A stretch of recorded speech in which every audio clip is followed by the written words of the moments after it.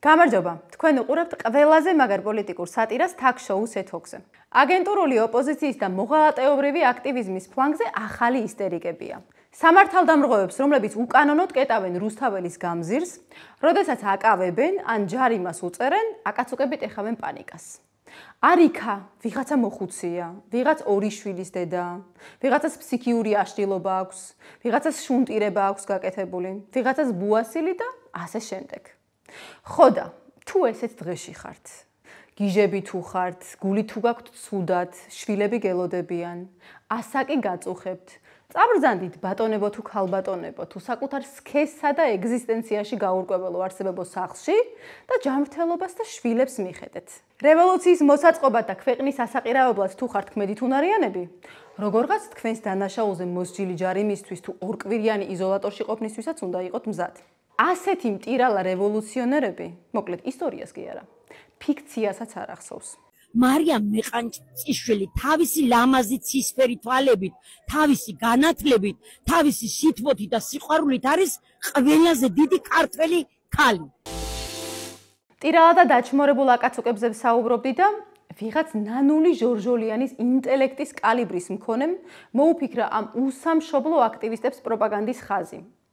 როდესაც ვინმეს აკავებენ, ჩადენილ დანაშაულზე ღიმილით პოზირებენ კამერებთან და მერე ერთმანეთზე სტატუსებს წერენ. ამით ვერ შეგვაშინებთო და ასე შემდეგ. თქვენ დიდი ხანია შეშინებულები და ჩასრულები ხართ. 4 ოქტომბერს ისეთი ჩაისვარეთ, კაცობრიობას რომ არ ახსოვს. ღიმილიანი სახეებით იმიტომ პოზირებთ და დიდგულზე იმიტომ წერთ სტატუსებს, კლავიატურის ლომები, რომ იცით, არსებული პოლიცია ნაცების მსგავსად ცემაში არ გაგხებთ განყოფილებაში რომ მიგიყვანთ. დუბინკით არ გაგაუპატიურებთ, როგორც თქვენი რევოლუციის დამგეგმავი ბაჩო ახალაია აკეთებდა. გვამზე არ დაგაბამთ, როგორც ვის გვერდითაც გახართ ის რეჟიმი შვებოდა. იჯდებით მშვიდად და წყნარად, თქვენნაირ ჩმორებთან ერთად. დაისვენებთ და გამოაცხობთ მერე საკუთარი თავისგან რეჟიმის ტყვის სტატუსს. ნუ ჩაიდეთ დანაშაულს და არავინ დაგაკავებთ.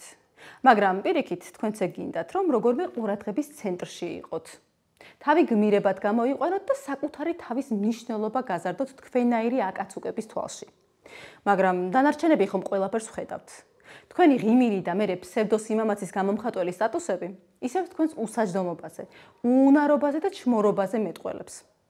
და კარგად რომ შეგახსენოთ დაკავებების ნაწილში რა არის ახლა და რა იყო მაშინ ნაცების დროს, ვის მოbrunებასაც ასე ცდილობთ აკაცუკები, ამ ვიდეოს შემოგთავაზებთ.